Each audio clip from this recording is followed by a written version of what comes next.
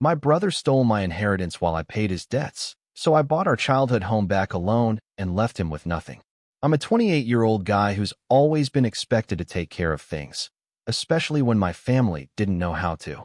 From the moment I could drive, I was the one picking up prescriptions, fixing broken things around the house, and staying up late to help mom pay bills when she couldn't figure out the online banking. When dad passed suddenly from a heart attack 3 years ago, it wasn't even a question who would step up. It was like the family just automatically turned to me. My younger brother Jake was always the sensitive one. He shut down completely after the funeral, missed classes, stopped responding to friends, and basically disappeared into his room for months. Dad had left behind a modest inheritance, some savings, life insurance, and the old family business we'd both grown up around. In his will, Dad made it clear I would receive the larger share because I'd been helping him run the shop for years, sacrificing vacations, sleep, and even dating to keep things afloat. But when I saw Jake breaking apart, I couldn't stomach taking more. I handed him a chunk of my share. No lawyers, no documents, just a quiet transfer because we're family. I started working nights at a warehouse to cover Jake's tuition when his scholarships dried up.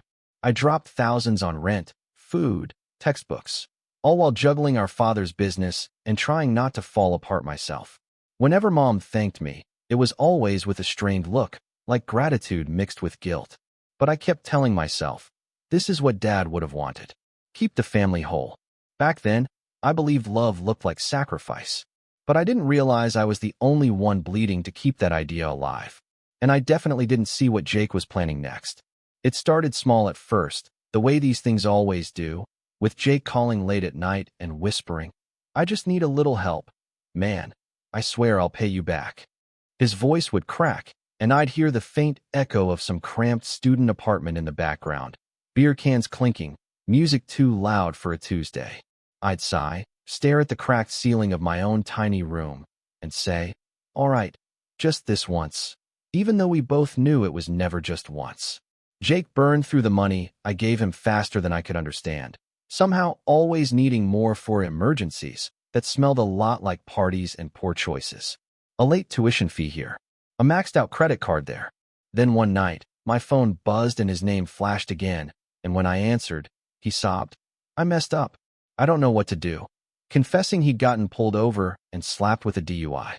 The legal fees alone could have sunk me, but I still wired the money, my hands shaking as the confirmation screen lit up red and white. When I confronted him, he snapped. You don't get it. I'm trying to cope. And I swallowed the anger, telling myself grief looks different for everyone. Mom backed him up, resting a trembling hand on my arm and murmuring, "You're stronger, sweetheart. He just needs time." That sentence carved itself into my chest like a responsibility I never asked for but could never escape. Meanwhile, my own life quietly stalled. I skipped grad school applications, turned down a better job offer out of state, and lived off instant noodles so Jake could eat takeout and pretend everything was fine. Every dollar I sent felt heavier, every thank you from him more hollow. Deep down, a voice kept whispering, "He's using you." But I crushed it beneath loyalty and guilt. And then, one evening, I opened my banking app and saw a notification that made my heart drop straight into my stomach. The notification was a flagged transaction. Jake had used my emergency credit card again, the one I only ever gave him for hospital emergencies after mom's last scare. He spent over $800 at some upscale bar downtown on a Tuesday night. I stared at the charge with a strange numbness. Not anger. Just exhaustion. I didn't even call him. I just turned the card off and sat in silence for an hour, wondering how the hell we'd gotten here. A few weeks later, mom's health took a sharp downer.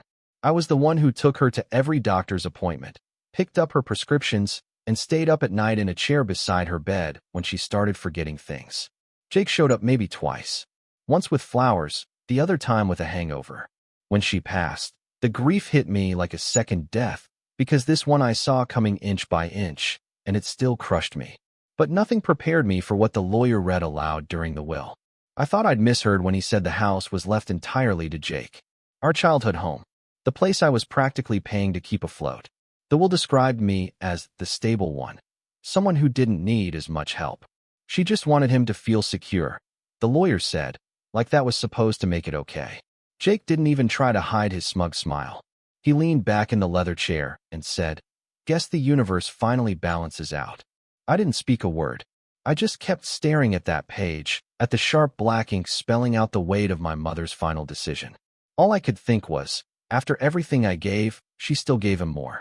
And for the first time, I felt something colder than anger settle in my chest. Jake moved into the house within a week, like he'd been planning it all along. I still remember walking up the front steps to grab the last of Mom's things and hearing loud music thumping through the walls, like our childhood home had been turned into some frat house Airbnb. He greeted me at the door with a beer in hand and a fake grin, saying, "Try not to mess up the vibe, all right?" I didn't even respond. I just walked past him and headed upstairs, heart pounding in a rhythm that didn't feel like my own.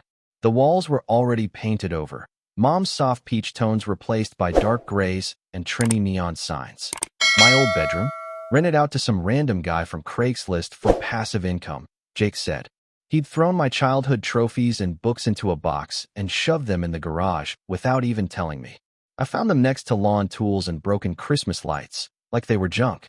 When I asked him if he at least planned to preserve the place, maybe rent it out properly or maintain it, he laughed. "This house is mine now. I can do whatever I want with it." Then he paused, looked me dead in the eye, and added, "Unless you want to pay me rent to store your old junk here." It wasn't just disrespect, it was erasure. He was scrubbing out every memory, every sacrifice, like I never existed in this house at all. And the worst part? I realized no one would stop him. There were no more parents to set things straight, no legal grounds to claim what I gave up to keep this place afloat. I left that day with my arms full of dusty boxes and my jaw clenched so tight it hurt to speak. But I was done talking. I was done begging. Something had snapped inside me, and I wasn't sure if it could be fixed. A few weeks passed, and I tried to bury myself in work, pretending none of it mattered, that I didn't care Jake was living in the home I basically kept from falling apart. I stopped driving past the street. I muted his number, but the anger sat just beneath my skin, buzzing like static I couldn't shut off. Then one morning, out of nowhere, I got a voicemail from a realtor saying, "Hi, just circling back about your inquiry on the Maplewood property. It's been listed this week. Great opportunity if you're still interested. Maplewood, our childhood street." I called back immediately, trying to stay calm. The realtor casually explained that the owner, Jake, had listed the house for sale, and showings had already started. I didn't even hang up. I just drove. When I pulled up to the curb, I saw it, barely visible behind the hedge, a for sale sign tucked deliberately out of sight. Jake opened the door barefoot, holding a protein shake, smirking like nothing was wrong. "Oh, that? Yeah, thinking about moving down to Miami. Might as well cash in while the market's hot." He said it like we were talking about flipping a used couch, not the house filled with our parents' last memories. When I asked why he didn't tell me, he shrugged. "Didn't think you'd care, since you're not exactly in the market for anything these days." That jab hit harder than I expected. Then he added, with a smug grin, "But hey, if you can afford it, maybe I'll give you the family discount." I stared at him for a long moment. My hands clenched so tightly I could feel my nails pressing crescents into my palms. That's when I realized I didn't want to argue anymore. I wanted to win. And Jake had just made his first mistake. That night, I pulled out every scrap of paper I had. Bank statements, Venmo receipts, old emails, texts from Jake begging for money. I spread them across my apartment floor like puzzle pieces from a life I'd spent years trying to hold together. There were thousands, maybe tens of thousands, of dollars I'd funneled his way. Tuition, rent, groceries, bailouts, even his DUI lawyer. I thought maybe, just maybe, I had something legally binding, some way to fight back. I met with a lawyer the next morning, desperate and sleep-deprived, holding a folder so thick the clip had snapped. He looked through the evidence for over an hour, then gently told me the truth. It wasn't enough. "You gave him the money willingly," he said. "Unless you had a contract, it's considered a gift." I sat there, stunned. Years of sacrifice, erased in one sentence. I wanted to scream, to kick down Jake's door and demand everything he owed. But instead, I walked out of that office and sat in my car for a long, long time. It was raining, one of those slow, soaking drizzles that feels like the sky is grieving with you. And I just sat there, watching droplets race each other down the windshield, trying not to fall apart. That's when the idea hit me. If I couldn't take the house through legal means, I'd buy it. Outright. No help. No loans from family. I'd beat him at his own game. I wasn't rich. I didn't have savings. But I had time. I had drive. I had rage. And for once in my life, I was going to use all of that for myself, not to save someone else. Jake thought I'd walk away. He had no idea I'd already started planning how to take everything back. I sold my car first, my beat-up but reliable Honda that had been with me since college. It hurt, but I needed liquidity, and every dollar counted now. I started biking to work, waking up earlier to beat the traffic and skipping meals to save money. Nights and weekends, I picked up shifts at a local bar, bussing tables for tips I shoved directly into an envelope labeled Maplewood. Every bit of extra income, no matter how small, was another step closer to getting the house back. I reached out to the same realtor Jake was working with, pretending to be a private investor interested in family properties. I created an LLC under a neutral name. No trace of me, no red flags. It wasn't hard. I'd helped Dad do paperwork like that for the shop years ago. The market wasn't moving fast, and Jake had overpriced the house, expecting some tech bro to come snatch it up. When one offer fell through, I saw my window open just a crack. I submitted a clean, cash-backed offer slightly over asking, through the LLC, through the realtor Jake already trusted. The only contingency? A quick close. I didn't sleep the night I submitted the offer. I just lay there, staring at the ceiling, rehearsing what I'd say when it all went through. 2 days later, I got the call. Offer accepted. Just like that. Jake still didn't know who bought it. He just texted me casually. Some investor finally bid. I'm out of here in 2 weeks. I stared at that text like it was a joke. He thought he won. Thought I was still the quiet, loyal brother who'd just disappear. But he had no idea whose name was about to go on that deed. And I couldn't wait to see his face when he found out. Jake found out 3 days before closing. I guess the LLC paperwork finally hit his inbox, and buried in the fine print, he saw my name listed under the authorized signatory. He showed up to my apartment unannounced, pounding on the door so hard I thought he was going to break it off the hinges. When I opened it, he stormed in without waiting, his eyes bloodshot and fists clenched, yelling, "You bought the house? Are you serious right now?" I didn't flinch. I just said, "Yeah, I did." He went off, pacing in circles, cursing, accusing me of being manipulative, underhanded, vindictive. "You couldn't stand me having something of my own, could you?" he spat. "You've always wanted to be the hero, the martyr. But this is low, even for you." His voice cracked, and for a second, I saw fear behind the rage. Not fear of me. Fear of losing the one thing he thought made him untouchable. I didn't yell back. I didn't argue. I walked over to the coffee table, picked up a folder, and handed it to him. Inside were printed statements, transfers, receipts, even a breakdown of every expense I'd ever covered for him, color-coded and dated. He flipped through it, expression twisting from anger to disbelief to something else I couldn't quite place. "Why are you showing me this?" he muttered. "Because I'm done," I said quietly. "I just wanted you to see what I gave before I took anything back." He tossed the folder across the room and shouted, "You'll die alone in that house." Then slammed the door so hard my neighbor's dog started barking. I stood there for a long time, staring at the empty space he left behind. And for the first time, I didn't feel broken. I felt clean. Cold, maybe, but clean. 2 weeks later, I walked through the front door of the house I was born in alone. The air was thick with dust and old memories, and the place reeked of stale beer and cheap cologne. Jake had trashed it, burn marks on the carpet, broken cabinet doors, holes in the walls like he punched them during one of his fits. But I didn't flinch. I just dropped my duffel bag on the hardwood floor and stood in the center of the living room, breathing it in. This wasn't his house anymore. It was mine. I started cleaning that same night.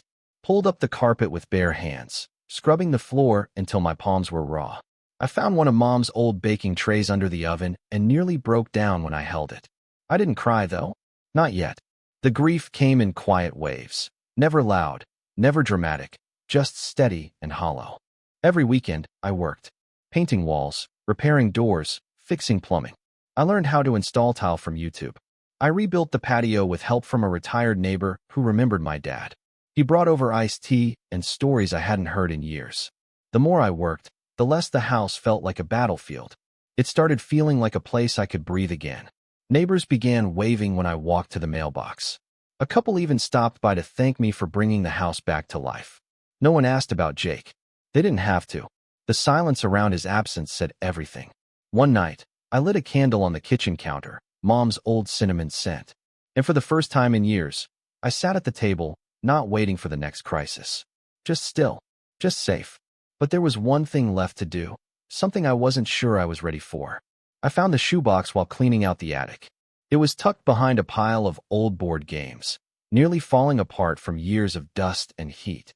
Inside were photos, birthday cards, and a few faded letters Mom had written but never sent, some addressed to me, some to Jake. One of them stopped me cold.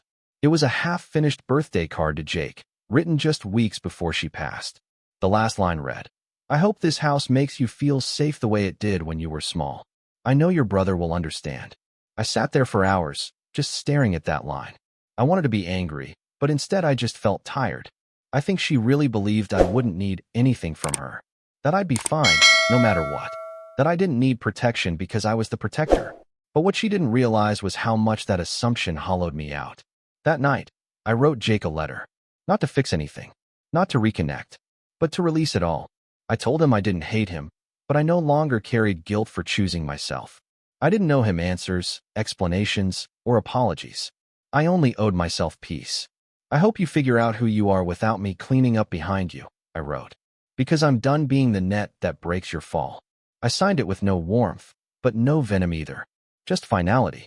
I sealed the envelope, walked to the mailbox barefoot under the porch light, and dropped it in. The wind was cold that night, but it felt good against my skin. I knew he might never respond.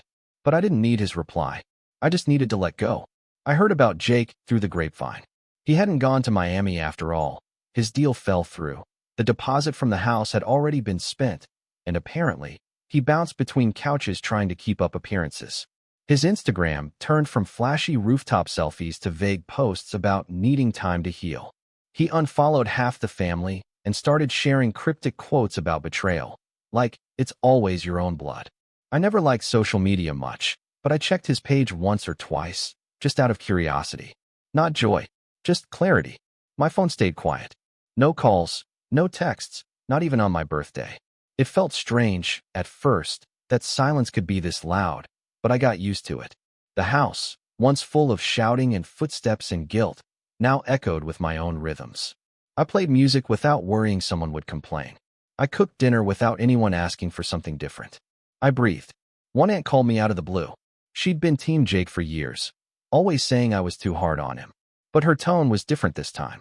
"You were right," she said quietly. "He's been lying to all of us for so long.